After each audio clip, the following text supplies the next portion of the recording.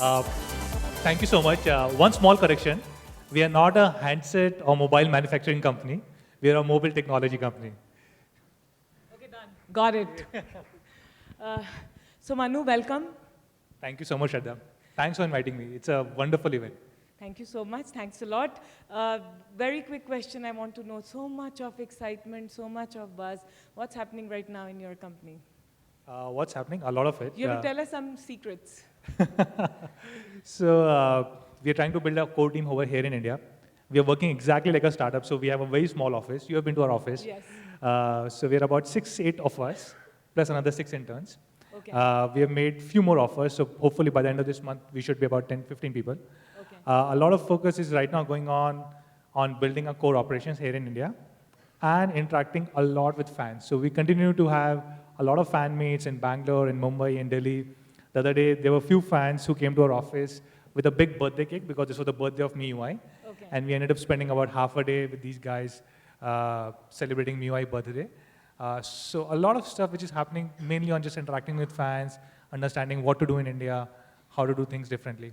Okay, great. Just tell us how you're looking at building business in India, how you're looking at innovation.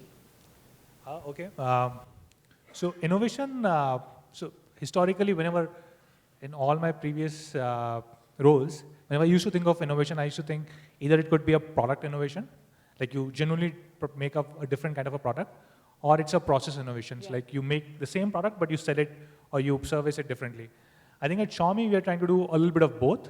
So we have a differentiated product, our own OS, which is built over Android. It has more than 100 unique features. And we are doing a little bit of process innovation because we are selling only online. We are not doing any kind of marketing. We are trying to engage with fans. Like this month, we'll be selling about 500,000 devices. We'll be doing a revenue of, I don't know how much, 300 crores or something, Okay. at a marketing spend of 0.0 rupees. Yeah. Yeah. So both on a product and process side, we are trying to do things differently. For India, I think India would be the first market outside China where we would be building our own R&D center Okay. to build India-specific features and India-specific product. Okay.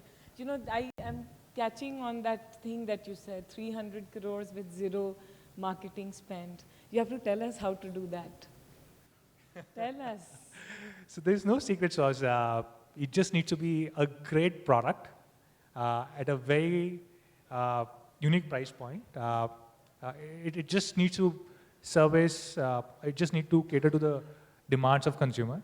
Yeah. So if you look at us, right, we go and talk to a lot of customers. Like there are at least few hundred customers that Hugh and I have personally spoken to Okay. on phone.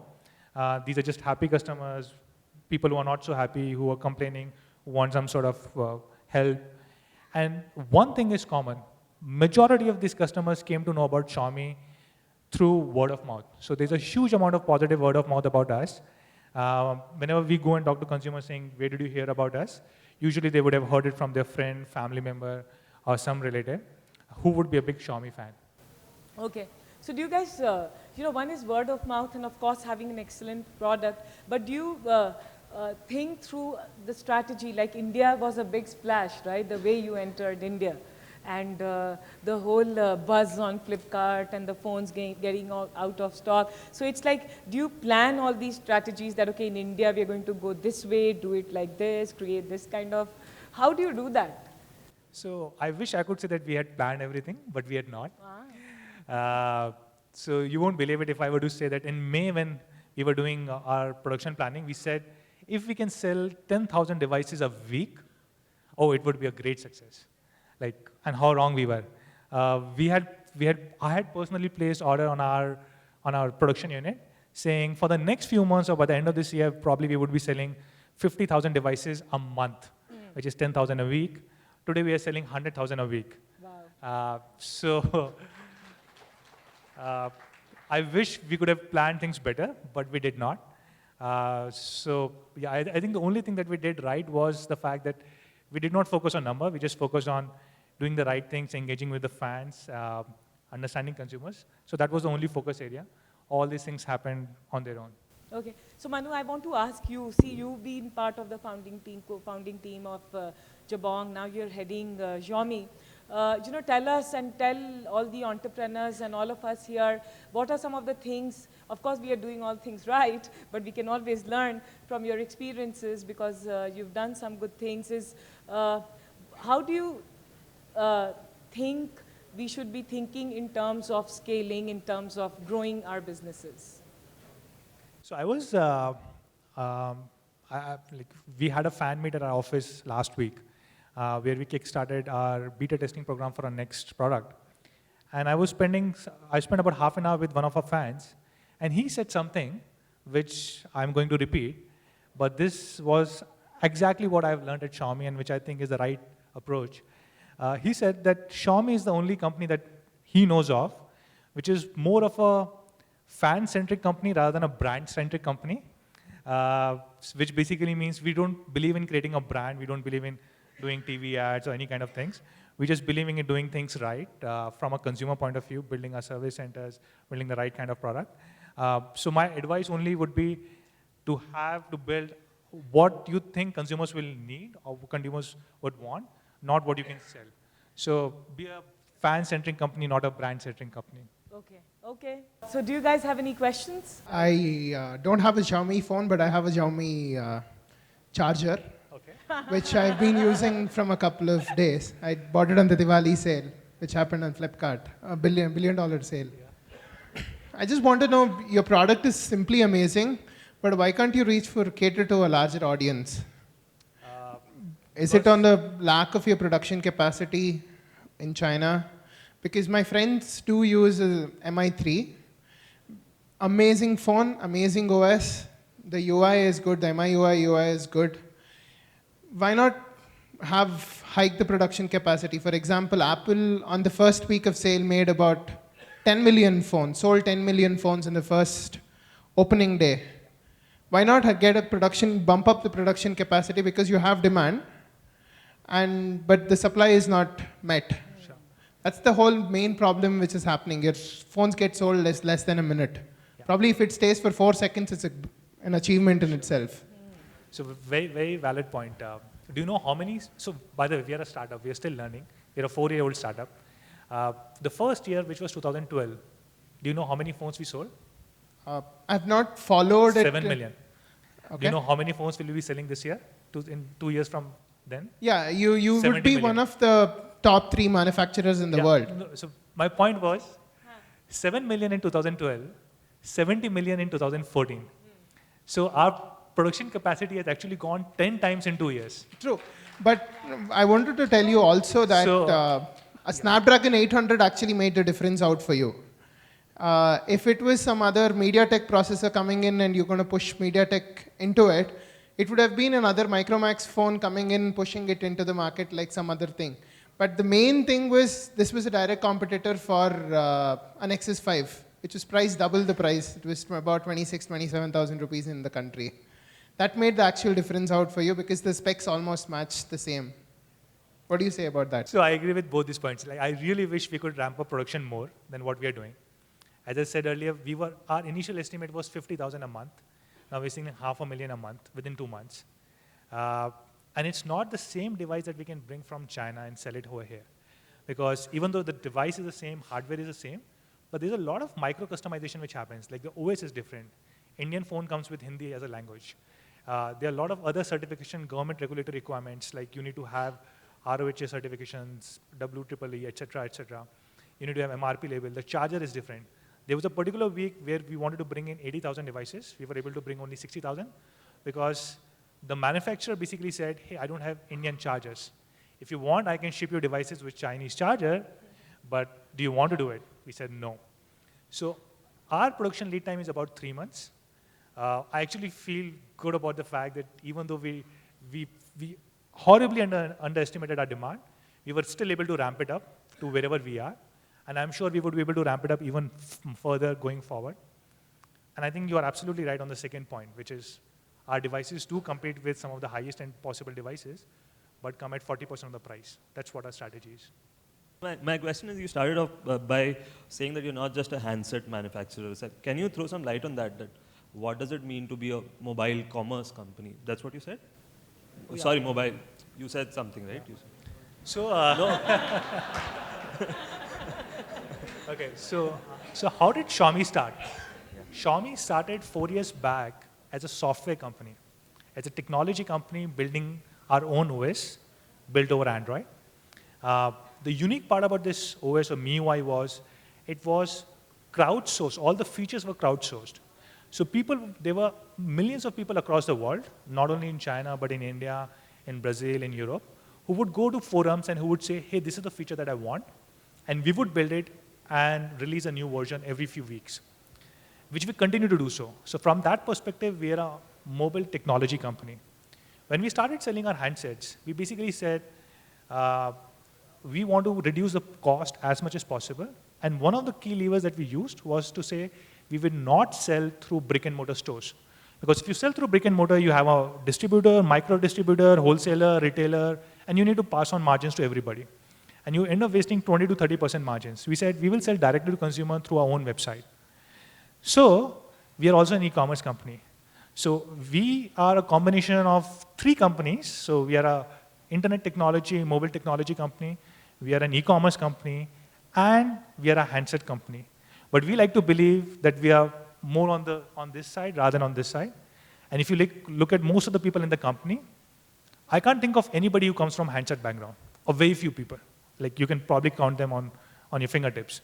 Most of the people come from technology background. Most of the people come from e-commerce background. Like the kind of people that we are hiring in India. My chief of staff, he's a PhD in management. He's a tech scholar. He founded a medical technology company. We have hired a person from Google US to lead our product. We are hiring 3 or 4 people from online e-commerce background. Even for a service, which is traditionally a handset business, we're not hiring somebody from handset. We're hiring a person who has built one of the greatest salon chains in India, and he will be the kind of experience that you see in a salon, that kind of experience that we want to provide in our service centers. So we are not a handset company. When did you decide to manufacture handsets? Why or when? When? When? When and why? Okay, so this was 1 year after. So company started in August 2010. 1 year after that, we started designing and manufacturing our own handsets, the first handset that we brought in. And the idea was very simple. So initially, this OS was available, it continues to be even today. It is available on any Android device. So if you're using any Android device, you can port MIUI on it, and you can start using most of its features. We just felt the better way for us to take MIUI to consumer was through our own device. The kind of things that we can do using MIUI on our own device is significantly, it's much more powerful when hardware and software are well integrated, well optimized. And that's why we basically decided to venture into the handset space. This was about 1 year after we started. Recently, Xiaomi was in the news channels because they were mentioning that you are actually sending all the users' data to Chinese servers. Oh, we are sending data to Chinese servers. Yeah. Is that what the So, but then you claimed that this wasn't the case. So how did you actually manage to get out of that? Because people still have that perception. Yeah. So, Because if you see Flipkart, actually, they messed up with the situation after the Diwali sale. yeah. So what we do is no different from what any other company does, right? So every company has a cloud backup service. So if you want to backup data, you need to use that cloud service. And our service, because we come from China, our servers are based out of China. So it was a tough problem, right, for us. By default, our Mi Cloud services were always enabled. Because in case you were to lose your phone or anything, you will have a backup of your data. When we heard people complaining about it, we basically changed it. We said, hey, by default, it will not be enabled. You will need to go and consciously enable it. And then people started complaining, saying, hey, I'm losing my phone or something is happening now, the data is not backed up. So we don't have an answer right now. If you have a solution, we would be happy to implement. But we're doing whatever other companies are doing. We have a cloud service in the backend, and which is used for backing up user data, only if the user wants. Manu, thank you so much. Just a quick question for, when I came to your office, you gave me this very amazing goodie, yellow color thing. That was, what was it? It's called as Mi Bunny or Me Too. Mi Bunny. Mi Bunny. Yeah. So when will all of us get that?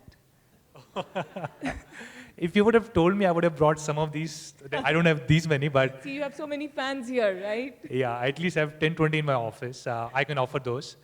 No, but just wanted to understand about your fan stores, right? You Yes. have So something. the plan is we want to have a lot of customized stuff for India. So two things that where we are starting is building Indian Me themes. So we have something called as Me themes, which is very unique for Me phones. So if you go to a theme store, if you apply a new theme, the entire look and feel, the behavior of the phone changes based on that theme. When we launched in India, we introduced just one theme for India, which was around Taj Mahal. And then the next one on my radar is a cricket-based theme, which is in a way my tribute to the greatest cricketer ever. On the other hand, on these Me Bunnies, which is our mascot, we actually want to create a lot of Indianized version of Me Bunnies, like Me Bunny with a cricket dress, Me Bunny with movie star or whatever. That work is still going on. We should probably start selling or start offering Me Bunnies to Indian Me fans sometime early next year. I'm a software guy, tech guy, so I'm proud of you. But I know the hardware ecosystem is not, thriving in this country. So do you have any thoughts? Maybe not now. Do you have, future plans? When we started 4 months back, or when we started thinking of entering India, we had no plans. But today we do have. We are actually considering very, very seriously setting up our own manufacturing operations here in India. No, we want to launch an app, something like Ola app. So we have some 1,000 cars. So we want to give to the drivers. That's the reason I'm asking. Can we directly buy it from you? We are like largest customer. Obviously, we can't get it from Flipkart, which is kind of getting out in 4 seconds. I can't queue my drivers over there, right? We don't have that channel right now. Sorry. No, you can think of, I'm a partner, I'm a buyer. I'm coming directly next to you. Okay, this is awesome. Please connect offline with your prospective buyer. Thank you so much. Thanks a lot, Manu. All of us loved it. Thanks so much for coming. Thank you so much for inviting me. Thanks a lot.